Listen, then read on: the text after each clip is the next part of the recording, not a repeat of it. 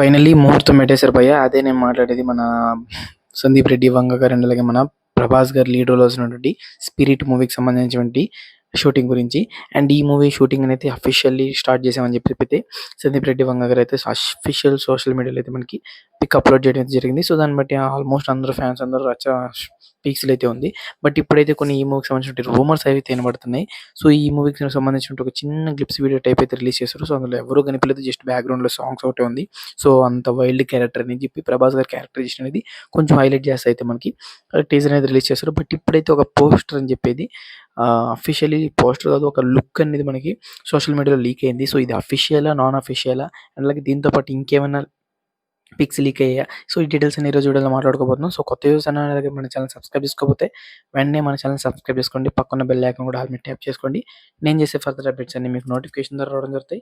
So నా వీడియోస్ని ఈజీగా అండ్ క్విక్గా అయితే మీరైతే వాచ్ చేయొచ్చు. ఇంకా కంప్లీట్లీ నేను చెప్పాలనుకున్నది ఏంటంటే ఈ యొక్క మూవీకి సంబంధించిన 2 పిక్స్ అనేవి రిలీజ్ అయిపోయాయి.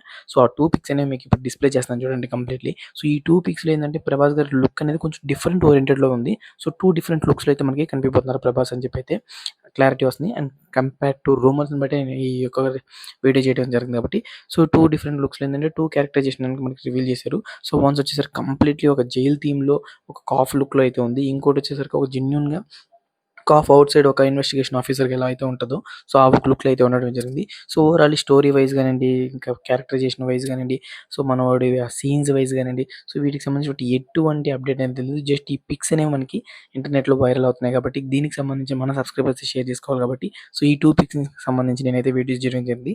బట్ ఎవరైతే ఆడియన్స్ ఉంటారో ప్రభాస్ ఫ్యాన్స్ ఎవరైతే ఉంటారో సో వాళ్ళు ఈ 2 పిక్స్ చూసిన తర్వాత మంచిగా వైరల్ చేసుకుంటున్నారండి. అలాగే ఈ పిక్స్‌ని భయంకరంగా సోషల్ మీడియాలో స్ప్రెడ్ చేస్తున్నారు.